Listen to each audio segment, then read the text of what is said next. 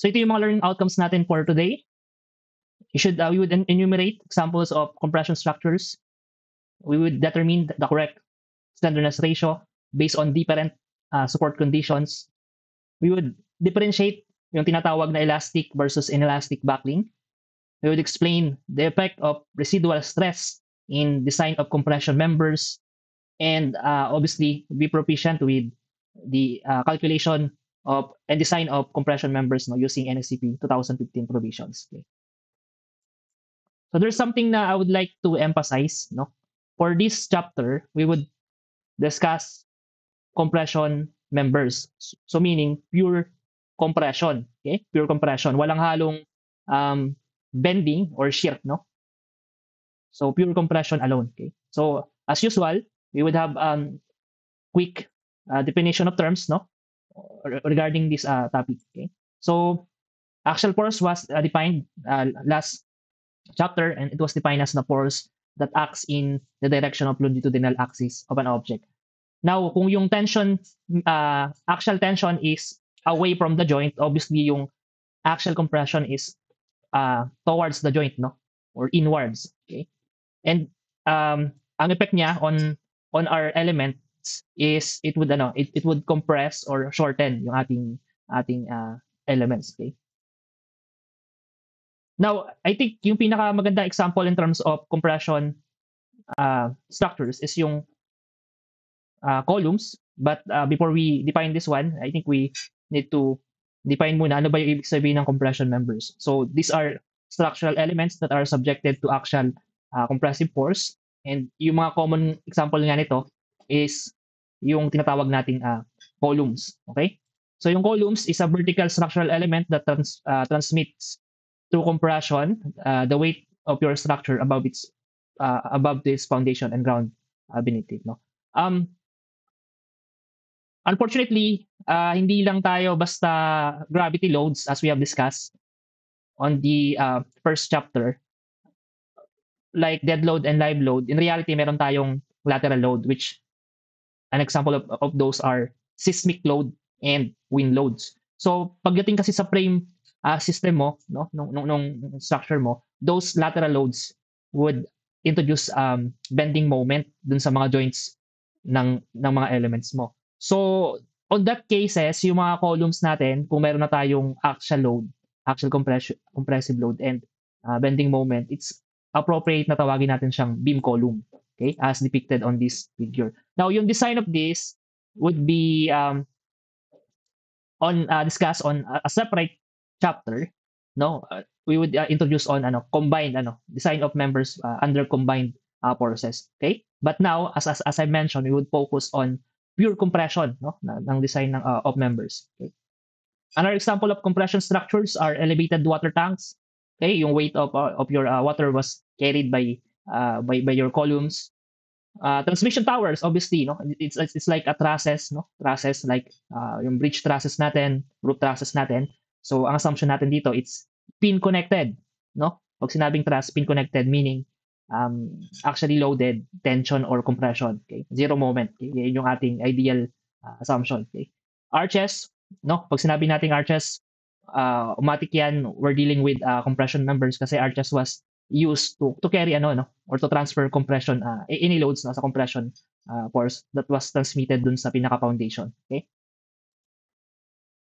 in terms of cross section naman, ito yung mga usual na ginagamit for compression members, like for example si rolled W and S sections, double angles for trusses, okay, structural T, okay, mga hollow sections and mga built up sections like so. Okay.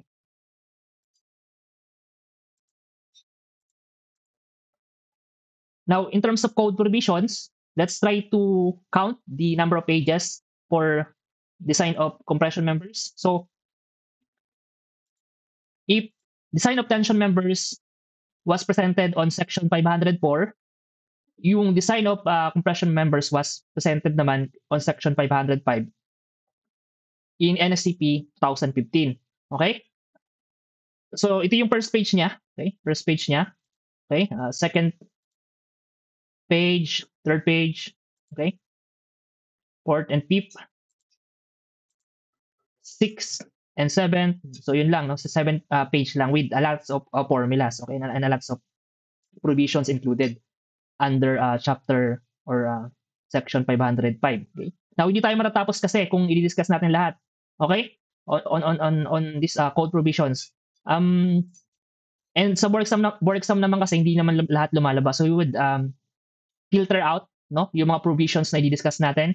So specifically, we would focus on this provision from 505.1, 505.2, and 505.3. Okay? So ito lang yung mga formulas na gagamitin natin for this chapter. Okay? To simplify our discussion under this topic.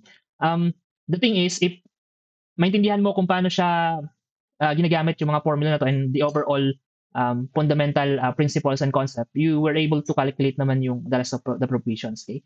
But to give you an idea, yung 505.1 would talk about the general provisions. Okay? Yung 502 is about slenderness limitation and effective length.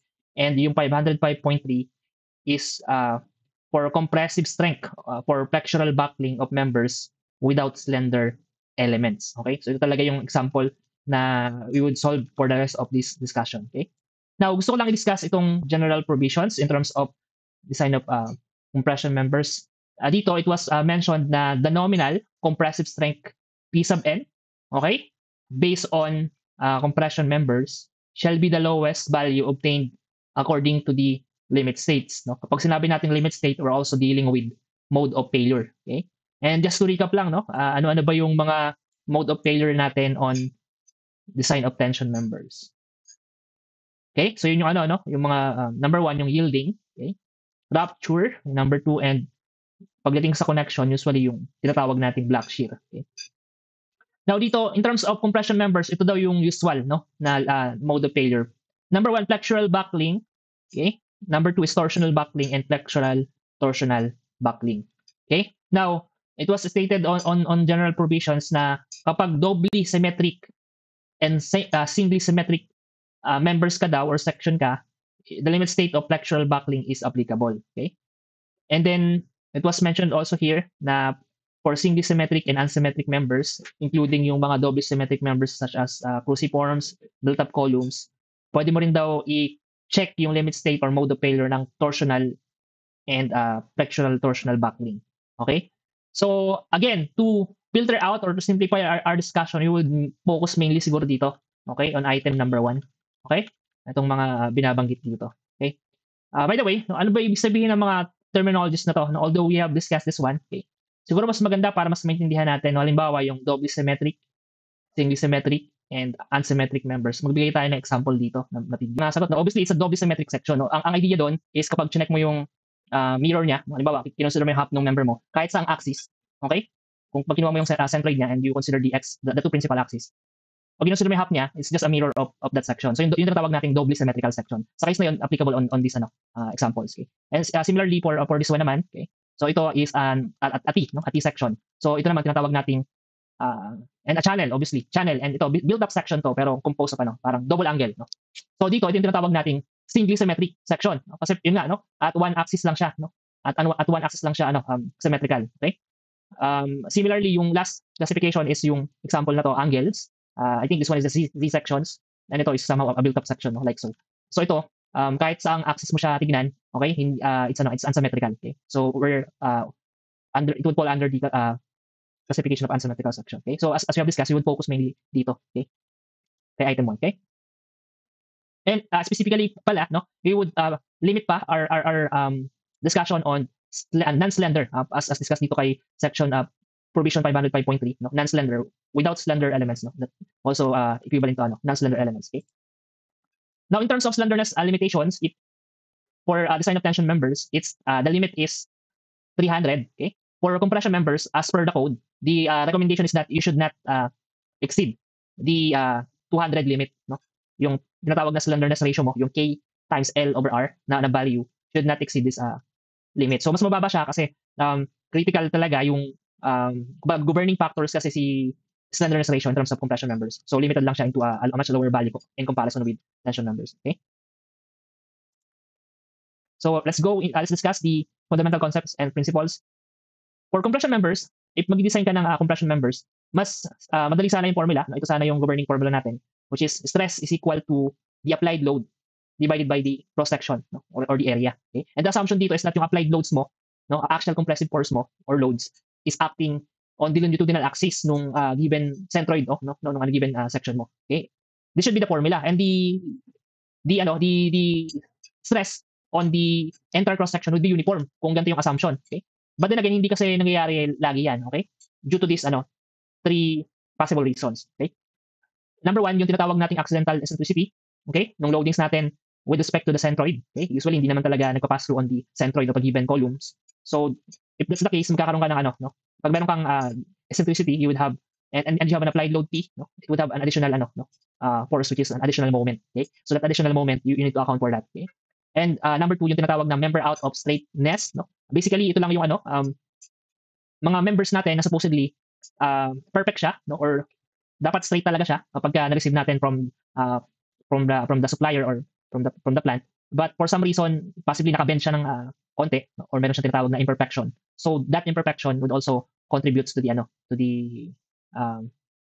changes dun sa performance ng or behavior ng compression elements mo. And lastly, yung tinatawag nating residual stress, no, dun sa cross section mo, which is usually due to fabrication processes, no. So itong dalawang item na accidental eccentricity and member out of straightness, usually yung effect nito is secondary lang and usually being ignored, no. Yung talagang nakaka-affect in terms of design of compression members yung residual stress. So we will discuss later yung concept ng residual stress. So due to these three reasons, yung uniform stress dapat sa columns natin nagiging non-uniform na, no? And hindi na talaga na nasusunod yung ideal state.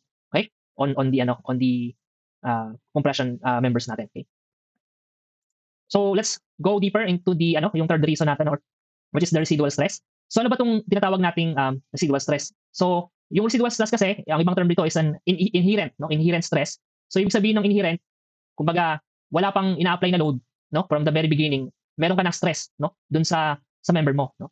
So ito yung definition, no, it refers to the internal stress that remain within a steel component even when no external load is applied. Okay? So ano yung reason bakit may ganito tayo, no, residual stress? Ano yung contribute bakit meron tayong residual stress on our elements? Okay? So usually it was introduced due to during manufacturing processes, no, wherein magkaiba yung duration or on how the elements of our, for example, on this given section, meron tayong white flange, no, magkaiba yung timing in terms of the temperature, no. So for example, no, pinapadaan natin kasi yan sa furnace, no, yung ating steel, and there's a lot of mills, no, to shape yung ating depende sa desired section na gusto nating ma-achieve. Then after that, idadaan natin or ilulubog natin sa sa cooling pan, or ilulubog natin sa tubig, kumbaga, di ba? So during that process daw, mas nauunang mag-cool yung ibang elements kumpara dun sa ibang elements ng ating given section. Okay? So for example, dito kay flange, dun sa end of flange natin, usually under compression daw siya due to the difference in terms of cooling, no? Yung timing ng cooling. Kumbaga, itong flange mo malamig na, pero itong joint mo ng flange and web mainit pa, no? So due to that temperature difference, nagkakaroon ng internal stress dun sa section mo. Okay? Kahit wala ka pang loads na ina-apply, no? Meron ka na talagang inherent internal stress, no? So which is tinatawag nating residual stress. So ang sabi, usually yung daw flange natin would have an internal stress of compression, and then dun sa flange natin, dun sa connection with the web, you would have a tension, no, stress. Similarly, pagdating naman sa web, ganun din, no? Dun sa joint with the flange, you would have a tension, stress, okay, as depicted on this figure. And dun sa bandang gitna ng web mo, you would have compression, okay? Negative, okay? Compression stress. So on this figure, we would conclude na meron talagang residual stress, and this is critical in terms of calculation of compression members in such a way that actually it dictates yung mga formulas na ginagamit natin on the NFCP. Okay?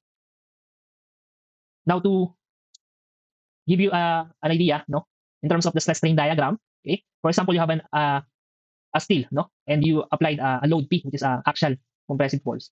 So supposedly, no, in ideal state, yung stress strain diagram ng compression test mo would looks like so, no, straight line, no, then meron kang kumbaga proportional limit or yung pinaka yielding yield point mo, the straight line, no, horizontal. Okay? So this is the ideal state if you don't have residual stress. Okay? Ito yung expected mo na stress strain diagram. Okay? But if we would consider yung effect ng residual stress on our stress strain diagram, okay, so I would like you to have a look on this given sections, no. So we have load step number 1. Okay? On load step number 1 daw, na-activate na agad yung residual stress mo, and in terms of your given cross section, nag-yield na, no, itong white areas, nag-yield na yung ano mo, yung end ng planche mo. Okay? So, okay, magdagdag pa tayo ng load. For load step number 2, lumalaki na yung nag-yield dun sa planche mo and nag-start na rin mag-yield yung pinaka-web mo. Okay? So, additional load applied, no? Dagdagan natin and continuous lang yung increase ng section, mga fibers na nag-yield dun sa planche mo and continuous lang din yung pag-increase on your web and the fourth load step kung saan nag-yield na lahat dun sa cross-section mo. Okay? Now, if you would plot yung pinaka-graph nung stress strain diagram mo considering no residual stress. Okay? The effect of residual stress, hindi talaga siya magiging parang straight line and somehow naka-curve siya. Okay? So meaning, due to residual stress based on this figure, um, yung stiffness ng given section natin is nare-reduce and namomodify yung pinaka-stress strain diagram natin. Okay? Which means, kailangan talaga natin yan, i-consider no, yung effect ni residual stress on our calculations. Okay? Sige, in terms of compression failure, no, if you would generalize or categorize yung types of compression failure, we could classify it into two, no? Yung number one, yung crushing or yield by yielding failure, and number two, yung buckling failure. Okay? So, imay natin ano ba yung difference nung dalawa. Okay? So, number one, crushing or yielding failure. So, ito raw yung ano, material failure, okay? When the member is short. Okay? So, yung ibang term sa short is stout, no? Or kung yung given member mo is a short column. Okay? Usually daw, the failure occurs once the stress exceeds the elastic yield point limit of the material. So, ibig sabihin pala, kung short column ka, pagdating sa stress strain diagram, no? Considering a steel compression test, no, ganito daw expected mo na itsura ng sustain diagram mo. Kapag short column ka, most likely, marireach mo talaga yung pinaka-yield point, F sub Y, nung material mo. Okay? And then mapifail siya. And usually, ang failure niya is by crashing. No? Okay? And, or yielding nung pinaka-steel mo. Okay? So, yun lang. No? Basically, yun lang yung crashing or yielding failure. Punta tayo sa, which is under short column. Punta tayo dun sa next category, which is yung tinatawag nating buckling failure. Okay? Now, dito sa buckling failure, consider long column like so. No? So, ibang term sa long column is slender column. No? So, dito naman is assuming na same cross-section but different lengths. No? And then, nag-apply tayo ng load P dun sa member natin. Now, say for example, from 0 to increase natin yung load P incrementally. Okay? There's a certain point in time na kung saan ma-reach na yung tinatawag na load P sub CR. Okay? Or yung tinatawag nating critical buckling load. And then, that critical buckling load would makes yung ating long column or yung slender column natin to buckle, no? To buckle. So, yung ibang term synonymous to buckle is to somehow bend, no? Bend. So, parang lumalabas, supposedly, compression element siya, yung ating long column, pero hindi talaga ganun kataas yung load na na-apply natin. Nag-fail na siya kaagad due to its section or instability, no, ng ating geometry. Nagbe-bend na siya kaagad like so. And usually by testing, yung stress na maximum stress na na-achieve ng mga long column or slender column would not reach yung tinatawag nating yield stress, no? Yield stress ng bakal. Usually beyond or below the proportional limit, ng value ng ating proportional limit. Kapag long column, okay? For the same reason that I discussed, we have what we call buckling failure, okay? Which from the straight column subjected to axial compression, suddenly nag-undergo siya ng bending, okay? Now, if we would check yung ating sustain diagram, gusto ko lang emphasize with you guys yung region na to where we're talking about magpo-fall to on the what we call elastic region. Okay? Elastic region. And then as we have mentioned, yung long column natin members, hindi talaga ma-achieve yung yield point, usually below proportional limit yung stress na kayang buhatin or kayang kargay ng compression members mo. Nagpipil na siya kagad. Okay? Similarly, yung short column, sabi natin, okay yan. It would achieve yung yield stress ng material. And this region is what we call plastic region. Okay? Yung ibang term sa plastic region is inelastic region. Okay? Now, I think since we're talking about buckling, I think it's appropriate also na sabihin na kapag long column ka, your elastic region, or pwede rin natin sabihin na you're under elastic buckling. Okay? And then if you're short column, since you're under inelastic region, we could also say na possibly you would have inelastic buckling. Okay? So from that comparison, gagamitin natin yung na yun mamaya to discuss more of the formula that we're using on NSCP. Okay? Now, in terms of a given section, particularly yung wide planche, if we would look closer kasi on wide planche, sabi natin dyan, we have two principal axes. Okay? The first axis is the x direction, which is usually the strong axis. No? We also call this as the major axis. Okay? And second would be the y direction or the y axis. Tinatawag din natin tong weak axis or tinatawag din natin siyang minor axis. No? So ito yung dalawang principal axis for a given wide planche section. Now, in terms of buckling, there's two possibility kasi kung paano siya magbabuckle. Okay? So itong figure na to, as you can see, ng wide planche, ito yung tinatawag nating major axis buckling, kung saan dun siya sa direction ng major axis nagbuckle, no? Straightforward, no? Dun siya nagbuckle on this direction. Similarly, on this figure naman, ito yung tinatawag nating minor axis buckling, wherein dito ka sa direction ng weak axis magbabuckle. Okay? Now, I think kung tatanungin ko kayo, no, kung meron kang given wide branch section, pag tinanong kayo is na kung sino, no, sino sa dalawang axis na yan, yung unang magbabuckle, I think you guys would agree na the weak axis, no, or yung minor axis would buckle first, no? Would buckle first. Kasi nga, mas mababa yung ano, yung moment of inertia doon sa axis na yon, no? And siya yung mas critical. Okay? So doon talaga siya magbabuckle first. Okay? So sige, no? Punta tayo sa next page.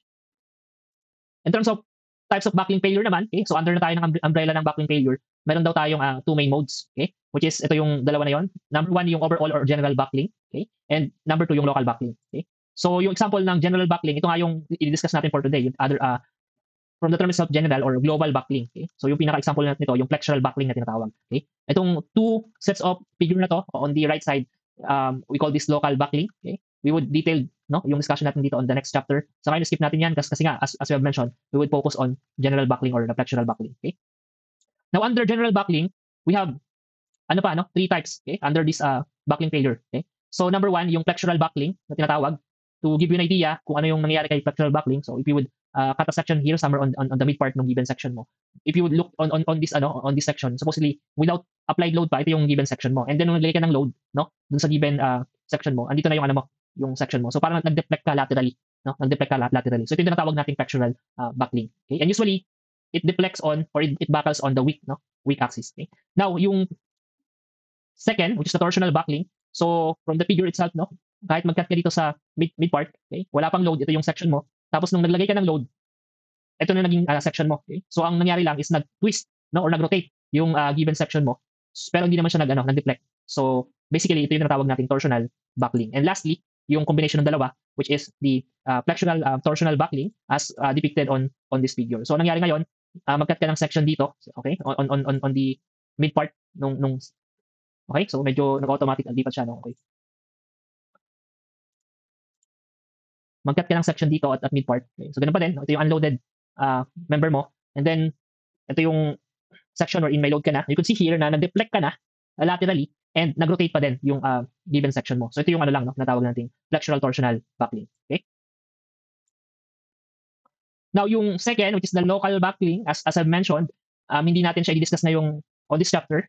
But to give you an idea, ito yon, no? From kung ano ibig sabihin niya is basically buckling siya, pero from the word itself local, meaning localized lang, nangyayari lang siya on a specific area ng given compression elements mo. So you can see here, no, on this given figure, ang nagbuckle lang yung flange ng compression elements mo. Okay? So kaya natawag natin siyang local buckling. Okay? Okay? So skip natin to. And usually, yung local buckling kasi is observable lang siya dun daw sa sa members that are slender. Okay? Slender or tulong. Okay? So again, no, we filter out kasi yung discussion natin for today na i-design lang natin, or we would assume na those problems that we would solve for today are non-slender, no, elements. Okay?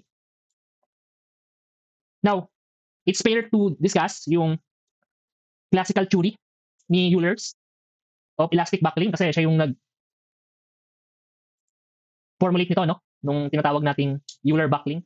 So, to be specific, si ano yan, no, si Leonhard Euler, no, way back 1700s, no. So, siya yung nag-expose ng formula for the critical buckling load. And siya is isang Swiss mathematician, okay? So it based yan on this following assumption, okay? So number one, no? Ang assumption is that yung given column mo is pin-pin, no? Pin-pin support or pin-ended, okay? Number two, yung column mo daw is initially perfectly straight, so walang imperfections, okay?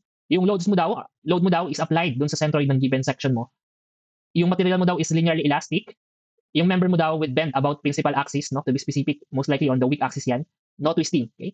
And the assumption is that the plane section would remain plane and applicable din yung small Curie deflections. Okay? So ito yung mga assumptions ni Euler nung na-formulate niya yung tinatawag nating critical buckling load. So ito ngayon, we have column, pin-pin connected, and then nag-apply tayo ng load P. Yung load P na kung saan magbabuckle siya, like so, yung tinatawag nating P sub CR, no? Or the critical buckling load. Okay? Now, in terms of the formula na formulate ni Euler, ito na yun, no? Ito na yung tinatawag nating critical buckling load. Okay? Which is, again, the load that would cause the compression member to buckle, no? To buckle. So, as per Euler, the formula is for the critical buckling load is P sub CR is equal to pi squared EI over L sub E squared. Okay? So I would not, to fast track our discussion, I would not show yung derivation ng formula na to. But to give you an idea, it use differential equations, no, ng curve, okay, and then some trigonometric functions, okay. So I would suggest you try to read yung mga textbook that I or references that I provided to you to check yung derivations, no, ng tinatawag nating critical buckling load to fast track our discussions. But to summarize nga, the formula for P sub CR is this one, okay. Gusto ko lang ipapansin yung mga parameters for this formula, okay. So yung P sub CR would be the critical buckling load, which is usually, no, from the term itself, load, meaning unit mo is kilonewton, okay. It's a function of E or the modulus of elasticity, yung I mo, no, or the moment of inertia, and yung L sub E. No, L sub E. So ano ba yung ibig sabihin ng L sub E? So yung L sub E is also equal daw with the product of K and L, no? Otherwise known as the effective length. No, effective length of your given system. Okay? Gusto ko lang ipapansin dito on the formula of Euler for the critical buckling load. Yung critical buckling load mo is not dependent on the material strength, no? Yung Fy. You could see on the formula, hindi included si Fy mo. So ibig sabihin kahit taasan mo yung grade mo ng steel, gawin mong A50 from A36, walang effect 'yon. Okay? Ang usual na nagdi-dictate ng critical buckling load mo is number 1 yung effective length L sub E and then yung given cross section mo, okay? Yung moment of inertia. Okay? Okay? Now, kasi ang binigay sa atin ni Euler na given formula is critical buckling load, no load. What if we tried to use yung formula ng stress, no? And apply dun sa formula ni Euler na na-derive. Okay? So kung stress tayo, so sabihin natin stress sub CR is equal to obviously P, no, over A, pero yung pinagamitin natin on this time is sub CR, which is yung galing kay Euler. Now, if we would plug in dito yung P sub CR from this equation, this would be the equation, okay? Okay? So mayroong area, no? Okay? So again, no, let's try to simplify. Let's transfer the area to the numerator. So this would be the next equation, okay? So from this equation, I think everyone would agree that I over A is somehow similar, okay? Or somehow familiar, no? Familiar yung formula na yan. So familiar siya kasi we have discussed on chapter 1, no, yung mga section properties natin. Yung radius of gyration is a function of your moment of inertia and area, di ba? And to be specific, yung radius of gyration mo is equal to square root of I over A. Okay? Now, let's try to squared, no? Yung ating dalawang set of equation, yung left-hand side and right-hand side. Ang mangyayari ngayon, R squared, okay? R squared. And then you have a square root, tapos in-squared mo daw. So mangyayari, maka-cancel yung squared and yung square root. Ang magiging value is that yung R squared mo is equal to I over A. Okay? Now, since I over A is equal to R squared, we could plug in from this equation. Okay? Okay? To simplify. So, after plugging in, ito na yung naging equation natin. Okay? From this one, okay, pinag in natin yung R squared. Okay? Naging ganito na. Okay? And then, we could simplify further pa by transferring yung ating R to the denominator. Okay? And ilabas natin yung squared nila or exponent. No? So, this would be the next set of equations natin. Okay? So, from this one, sabi natin, yung effective length L sub E is also synonymous or equal to KL. Okay? So, this would be our final equations for the what we call critical buckling stress. No? Euler critical buckling stress. And that would be pi squared E over KL over R squared. Okay? Which is our what we call sigma sub R, which is based on NCP 2015. That is that corresponds to the parameter F sub E. No? F sub E. So ito nga yung critical buckling stress. Gusto ko lang emphasize stress to, meaning we're already using MPa as our unit. Okay? Now, ang problem dun sa formula na na-generate ni Euler, okay, is that meron siyang limitation. Okay? So ano ba yung limitation ng formula ni Euler? Okay? To be specific, kung babalikan kasi natin yung stress strain diagram natin, yung definition based dun sa formula na na-derive ni Euler, which gumagamit ng Young's modulus of elasticity, E. Okay? Pag bumalik tayo sa stress strain diagram, yung Young's modulus natin could be calculated by calculating the slope of this straight line, which is usually within the elastic range. Okay? Within the elastic range. So may mga nag-contradict dun sa formula na to, and they mention na it's not applicable kapag nasa inelastic range ka na. Okay? Kasi nga yung formula na to is gumagamit ng E, which is within the elastic range. Okay? Yung straight line. So may nag-recommend na isang N-modify yung pinaka-formula ni Euler. Ang sabi, you could use the variable tangent modulus, okay, wherein you could basically draw a tangent line, okay, and use that as a modified or variable tangent modulus and substitute dun sa equation ni Euler. So from E maging na siya E sub T. Okay? So okay din naman 'yun, no? Pero kung isipin mo parang medyo matrabaho 'yun. And then mayroong mga simplification na ginawa si NSCP on what are the formulas na gagamitin natin. Mamaya na ipapresent ko. Okay? But yun nga yung pinaka-solution meron tayong ginawang modification dun sa formula to still use tong na-generate ni Euler. Okay? Now, gusto ko i-emphasize yung mga kasunod na slide, yung mga parameters natin na gagamitin sa formula. Okay? Kasi going back dun sa formula, itong KL over R, sabi natin that is the slenderness ratio. Okay? The slenderness ratio. Okay? And then, yung slenderness ratio kasi na yan is basically the measure of how long the column, compared to its cross-section or yung effective width. No?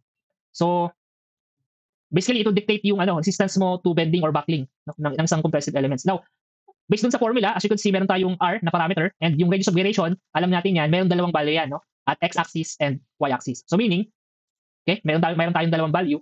Okay? So we need to consider, ano ba yung ano ba yung critical dito sa dalawa, okay? Well, actually, ang critical on these two value, kung magka-calculate ka, is yung higher, higher value of slenderness ratio. Okay? And usually, the higher value would be usually, more susceptible or critical against buckling. Okay? So yung explanation regarding dyan, kung bakit mas critical yung higher slenderness ratio, pupuntahan natin yan mamaya. Okay? So ngayon, paki-hold muna explanation. Okay? Meron tayo activity mamaya na ipapakita. Okay? So again, let's accept muna na ang critical in terms of this formula is the higher slenderness ratio. If you would consider the slenderness ratio for the two principal axes. Okay? Now, let's discuss yung tinatawag nating effective length. Sabi natin yung denominator na L sub E is the effective length, which is sinabi din natin na equal to K times L. Kaya yung tinatawag nating effective length. So basically, yung effective length na yan would give you an idea kung ano ba yung types of support mo dun sa structure mo or sa given problem mo. Okay? So meron kasing cases na kung saan hindi lang naman tayo basta pin-pin support. May mga cases na kung saan pwede maging fix, okay? Pwede maging fix or pin pero merong sway, okay? Or merong sabihin nating lateral deflection, okay? Yung support natin. So to account for that, kasi kung isipin mo, kung babalikan natin yung assumption ni Euler nung dinerive niya yung formula niya ng Euler buckling load, which is ito, okay?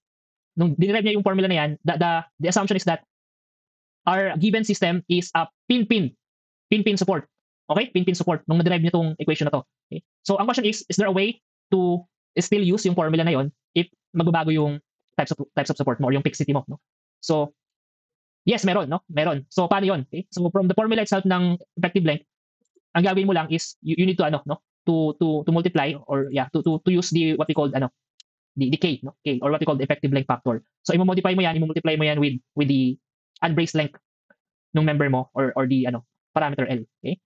So for example, so magbigay tayo ng example. You have these figures, from NCP 2015 na about the buckling length coefficient K sub E or otherwise known as the effective length factor K, Yan yung definition ng K, effective length factor. So para magamit natin, again, i-emphasize ko, para magamit natin yung formula ni Euler na naka-base sa pin-pin support, i-modify lang natin yung equations based dun sa actual support system natin. So for example, on this figure, kung mapapansin mo on this one, okay, which is a pin support, okay, lumalabas daw na basta sa table na to na yung K factor mo is 1.0. Okay? So bakit 1.0? Kasi nga ito yung basis ng assumption ni Euler, pin support. So yung K factor mo is 1.0. Okay? Now, sabi din sa table na to, kapag you have fix, and fix support, yung K value mo daw is 0.5, 0.5. Similarly, if it's fix and pin support, you would have a K value of 0.7. Okay? And dito naman, you have a fix and fix support pero may side sway or merong lateral deflection ka, ang K value mo daw is 1.0. Okay? Similarly, if you have a fix and pin support pero meron kang lateral deflection on this side of your joints, the K factor mo is 2.0. Okay? Similarly, if you have a pin support and fix pero nag-side sway yung top support mo, you have a 2.0. Okay? Now, gusto ko lang ipansin, okay? Dito sa table na to, you have two rows. Okay? Yung tinatawag nating theoretical K value and yung recommended design value. Okay? So, ang question, ano yung gagamitin natin? Okay? So, yung theoretical K value kasi, yan yung idealized, based on idealized and support conditions. Okay? And usually, pag sa board exam, ito talagang ginagamit natin. Okay? Ito yung ginagamit natin. Even on quizzes and my major exams na bibigay sa inyo, we would use yung theoretical K value. Okay? In terms of the recommended design K value naman, ito nga yung ginagamit sa design practice. Okay? Okay? So, mas conservative kasi ito, si theoretical K value. Okay? So, paki-memorize to, itong mga numbers na to kasi hindi ito ibibigay sa board exam nyo. So, dapat alam nyo na yung corresponding value niya, depende sa support. For example, you have a fixed support, so yung theoretical K value mo is 0.5. Okay? Now, siguro para mas maganda, explain din natin kung paano ba nag-arrive sa 0.5. Paano ba nag-arrive sa 0.5? So, ang rule kasi dyan is dapat, based dun sa assumption ni Euler, na kailangan mong ma-achieve yung half sine curve na tinatawag, half sine curve. So, just imagine you have ang sabi you need to achieve the half sine curve, no? So ito actually ito 'yun eh. No? Ito yung half sine curve natin eh. Okay? Now, next step is to identify yung tinatawag natin na point of inflection or point of contraflexure kung saan nag-change yung direction ng curve. Okay? So dito is curve facing what? Facing sabihin natin right. Tapos somewhere dito sa point na to, yung point of inflection natin, nag-curve, no? Opposite curve na siya. Similarly on this one, okay? Sa point na to, point of inflection, okay? Nag-stop yung curve natin. So ito na equivalent ng half sine curve, no? One half sine curve. Now, ang sabi, usually daw itong length daw na to, okay, itong length daw na to, usually this is 0.5 0.25 L, no? Kung this distance is distance L, no?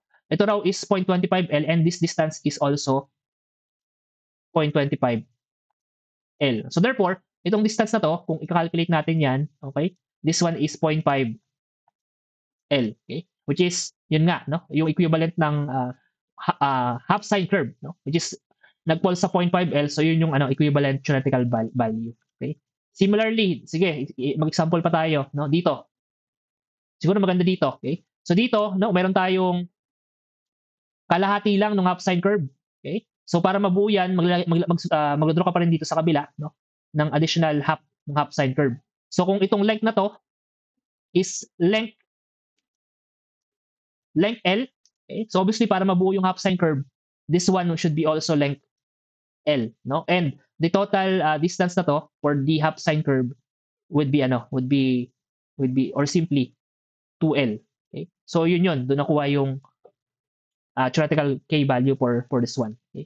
Now, gusto ko ring emphasize yung dito kay fix and pin support, no? So dito daw usually pag ganitong case, yung half sine curve mo andito. Okay, yan. Okay.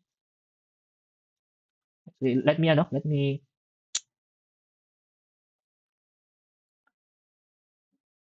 Okay.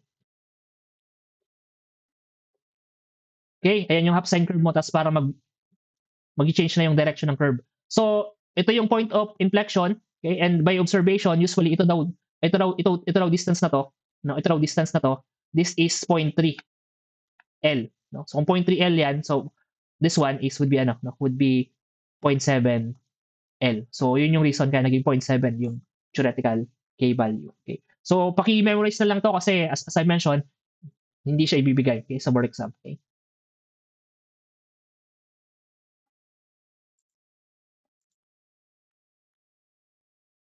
Okay, how about for trusses?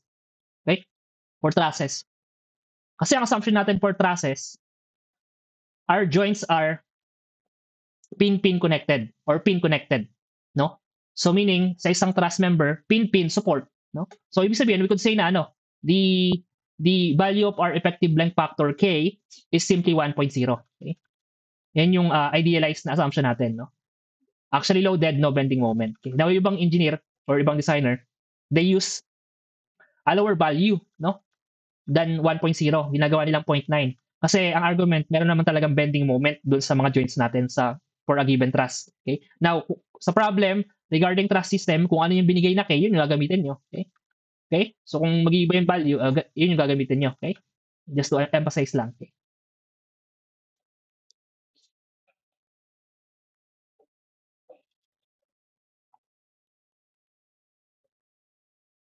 Now, on this figure, we have what we call column strength curve na tinatawag, which basically the graph representing yung F sub CR or the Euler critical buckling stress or what we call flexural buckling stress versus the KL over R or the slenderness ratio. Okay. Now, yung green up daw tong na to, itong graph na to, no? Ang nangyayari is ito yung kanalabasan, no? So itong curve na to, ito represent yung equations ni Euler, no? Which uses E, no? Yung modulus of plasticity. And sabi natin kanina, no? On the stress strain diagram on the couple of past slides, no? Ang sabi natin kapag gumamit ka ng E, you're within the elastic range, and then kung within the elastic range ka, ibig sabihin nun, long column ka, okay? Long column ka, and since nasa elastic range ka, dapat lang sabihin natin na you're within the you're under the elastic buckling. Okay? Similarly, if we would graph naman yung formula ng tangent variable tangent modulus na gumagamit ng E sub t, ito raw yung kakalabasan. Okay? And ma-reach mo yung Fy mo, di ba? Yun nga yung usapan natin. Yung yield stress mo. Okay? And now, ang problem kasi dito, usually na-observe mo daw yan, okay, doon sa under short column. Okay? And short column, as we have discussed, usually nagpo-fall siya sa tinatawag nating inelastic range, and therefore, pwede natin sabihin, magpo-fall siya within the inelastic buckling. Okay? Now, ang problem kasi natin, no?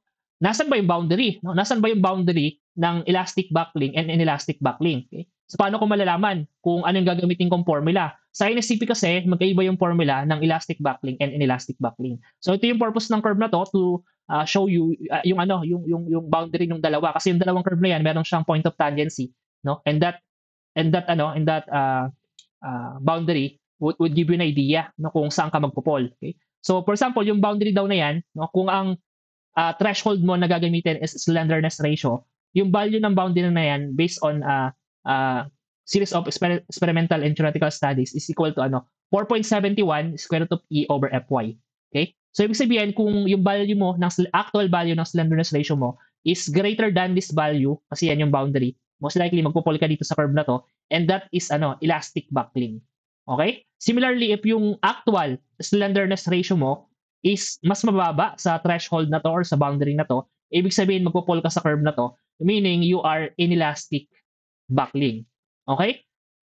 Now, si Code kasi, nagbigay siya ng isa pang threshold, hindi lang slenderness ratio, pwede ka rin daw gumamit ng stresses. No? So, gamit yung F sub E, actual value, i-compare mo lang with the threshold 0.44 Fy. Ganun pa din. Kung greater than ka, yung actual value ng F sub E mo, you would fall into elastic buckling, and if you're less than this threshold value, you would fall under inelastic buckling. So, basically, that would give you an idea, itong mga threshold na to, kung elastic buckling ka ba or long column ka, and then obviously you need to use yung mga naka-assign na formula for this one. Okay? Similarly, kapag inelastic buckling ka, you are a short column, and then use yung corresponding formula. Okay? So ito yung naging ginagamit natin na tools. Okay? Gusto ko lang i-emphasize again, meron tayong 200 limit, no, na slenderness ratio as per recommendation ni Code. Okay? So yung pinaka final formula talaga natin as per NSCP. So let's reflect na, no. Pag elastic buckling ka or you're a long column, what we call flexural buckling stress, F sub CR, no, nagagamitin natin on our final formula as per NSCP is equal to 0.877 F sub E. No? Wherein yung F sub E, as we have defined kanina, is the elastic critical buckling stress. No? Elastic critical buckling stress, which is also equal, no, to this equation. F sub E is equal to pi squared E over KL over R squared. Okay? So parang nangyari lang dito, minodify niya, no? Minodify niya yung F sub E mo by a certain, o binawasan niya, no, by a certain value. So yung naging multiplier niya is 0.877. And ang explanation dyan ni Code is in-account niya na dyan usually yung tinatawag nating initial crookedness, no? Pagdating dito sa formula na to. Okay? For the F sub CR. Now, yung threshold natin dito na gamitin kapag elastic buckling, no? Inireflect ko lang dito. Although pinakita na natin kanina, no? Pag slenderness ratio mo is greater than the threshold, meaning you're an elastic buckling. Kapag yung F sub E mo is less than this threshold, meaning you are elastic buckling. Okay? And then yung opposite niya, with obviously the inelastic buckling, which is usually applicable for short column, ang sabi ng NSCP, the flexural buckling stress, F sub CR, no, would be this equation na, no? 0.658 raised to F sub Y over F sub E, open and close parentheses, multiplied by F sub Y. Okay? So, ang usual error dito ng mga student, ang ginagawa nila, minumultiply nila tong F sub Y over F sub E kay 0.658, which is in reality, exponent kasi yan, no? So, take note na lang, no? Dapat exponent yan or ano yan, no? Naka-power ka dyan, di ba? So, ito yung formula natin, no? For what we call flexural buckling stress, no? F sub CR. Okay? For inelastic buckling. And then, yung F sub E, ganun pa din. Wala naman nagbago. Ito pa rin yung formula natin, no? Yung galing kay Euler. Okay? Ang gusto ko lang i-emphasize, Pagdating kay inelastic buckling, yung kabaliktaran lang yun, no? Reverse lang yun ng limit natin for slenderness ratio. Kung sa kabila, it's greater than, so dito yung kabaliktaran. Similarly, yung pagdating sa stress, kung yung kay elastic is possibly less than, no? Dito, it's greater than or equal. Okay? So ito yung pinaka-threshold or yung pinaka-boundary natin on the column strength curve. Okay? So itong pinaka-formula daw na to, nakuha daw yan based sa as I mentioned, based on experimental studies. Okay? Wherein na-account na dito yung tatlong possible reasons natin, like yung member crookedness, accidental eccentricity, and yung residual stress. Okay? So itong derived formula na to, as per the code, no? Naka na-include na nila yung effects nung tatlong reasons na to. Okay? So okay pala, no? So ito na yung mga sets of equations natin na gagamitin natin on our design of compression members. Okay? Sige, so design of compression members tayo, no? So to fully finalize our set of equations, ang sabi ni code, the nominal compressive strength of a compression member is equal to P sub n, no? Nominal nga, which is equal to A sub G, no? Area gross, no? Multiplied by F sub CR. Okay, so yung pala yung gamit ng F sub CR doon sa inelastic and elastic buckling natin. No? Dito natin siya gagamitin. Okay? O tinatawag din natin flexural buckling stress. Okay? Similarly, kung gusto mong kunin yung design compressive strength, which is LRFD, okay, ito yung formula natin. Familiar na kayo dyan, no? Pag allowable compressive strength, meaning ASD, ito naman yung formula natin. So, gusto ko lang ipapansin, no? Dun sa design of tension member, yung subscript natin, T, as a tension member. Dito naman, we're using C kasi it's a design compression member. Okay? Similarly, yung mga understrength natin for design compression members, somehow similar to yielding. Okay? Yielding. Kumbaga, yung strength reduction factor natin is 0.9 and yung omega sub C natin is 1.67. Okay? So, take note na lang to. Ito talaga yung mga formulas na gagamitin natin on our calculations. Okay? Now, to check yung understanding ng mga students natin, no? Kasi based on my experience, ang daming student na nalilito kasi may iba't ibang value na binibigay, no? Based dun sa section properties ng given section mo, pwedeng with respect to X or with respect to Y, nalilito sila kung ano bang gagamitin na mga values. Okay? So dito, himay-himay natin, no? Ano ba yung mga values na dapat natin gamitin? Okay? Sige. No? Sige, ito yung magko-Q&A muna tayo, no? Just to check yung understanding ng everyone of you, no? So again, meron tayong formula ng elastic critical buckling stress F sub E. Okay? Which is ito. Okay? Which is a function of your slenderness ratio. Okay? Okay? So, yung F sub E mo, depending kung saan ka naka-refer na axis, pwedeng X or Y, meron yung dalawang value, no? And from that two values, possibly the other would be minimum value and the other one would be maximum value. Okay? So ang question ko is, dun sa dalawang value ng F sub E mo, na minimum and maximum, ano yung mag-govern or ano yung gagamitin natin on our designs? Yung maximum ba or yung minimum? Okay? Just to check. Yung minimum. Okay? So ano yung explanation natin bakit yung minimum? Okay, so tama naman yun, no? Tama yun. Minimum talaga yung gagamitin natin.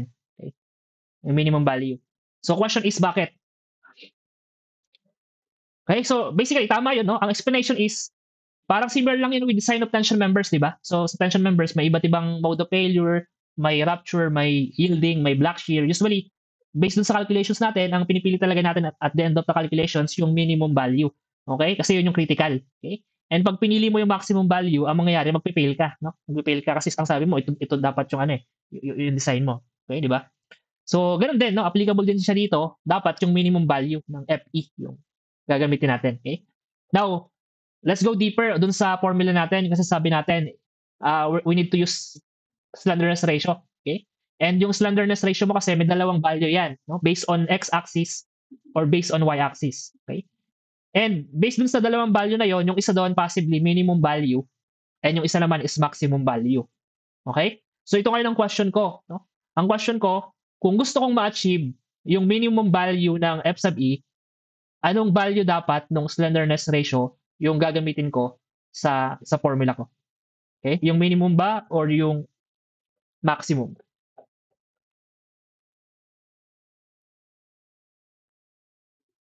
Maximum, sir. Maximum. So ano explanation mo bakit maximum? Inversely proportional po sa formula. Okay, so tama, no? Inversely proportional daw. Kung mapapansin mo kasi si slenderness ratio mo is a denominator nung f sub e, no? Which is inversely proportional yung relationship nila. So ganun nga, no? Kung gusto mo ma-achieve yung minimum value, dapat yung maximum value ng slenderness ratio yung gagamitin mo. Okay? So basically, yun lang yung explanation kanina, no? Yung pinahold natin, no? On our discussion. Okay? Bakit si maximum slenderness ratio yung mag-govern? Okay? Okay? Sige. Sige, so next item tayo. Okay? Now, let's proceed dun sa radius of gyration. Okay? Yung radius of gyration mo kasi sa slenderness ratio, may dalawang value. Okay? R sub x and R sub y. Okay? And from these values, yung isa doon minimum, yung isa doon maximum. Okay? So ang question ko, kung gusto mong ma-achieve yung maximum value for the slenderness ratio, anong value yung gagamitin mo dito? Minimum or maximum?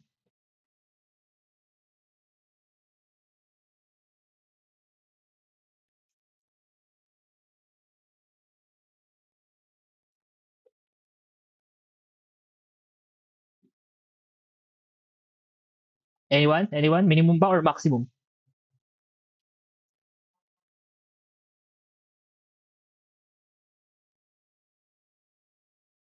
Okay, sige. Ako na sasagot, no? Basically, ang kukunin mo dapat or gagamitin mo is yung minimum value. Okay? So, bakit minimum value na radius of gyration? Kasi, as per this equation, nasa denominator yung radius of gyration ng slenderness ratio. And kung gusto mong ma-achieve yung maximum value, no, nung equation mo na yan, obviously dapat minimum. Okay? Minimum value yung gagamitin mo. Okay? To achieve the maximum slenderness ratio. Okay? Sana malinaw to guys, no? Iniisa-isa natin yung mga parameters na gagamitin natin para pagdating sa exam, hindi ka na manghula kung ano ba yung mag-govern. Okay? Mag-govern. Similarly, yung radius of gyration, that is related to square root of moment of inertia divided by the total area. Okay? So next question is, meron kang I sub x and I sub y. Okay? The question is, from this value na with minimum and maximum value, sino ngayon yung gagamitin mo to achieve yung minimum radius of gyration. Okay? So, ganun pa din. Okay? Yung relationship kasi, the moment of inertia with the radius of gyration is directly proportional. No? Directly proportional siya. So, ibig sabihin, kung gusto mong ma-achieve yung minimum value, dapat minimum value ng moment of inertia naman yung gagamitin mo. Okay? Okay? So, sana it gives clarity, no, sa inyo kung ano-ano yung mga parameters na gagamitin nyo on your calculations para tuloy-tuloy lang, no, yung pag-generate ng mga calculations. Okay?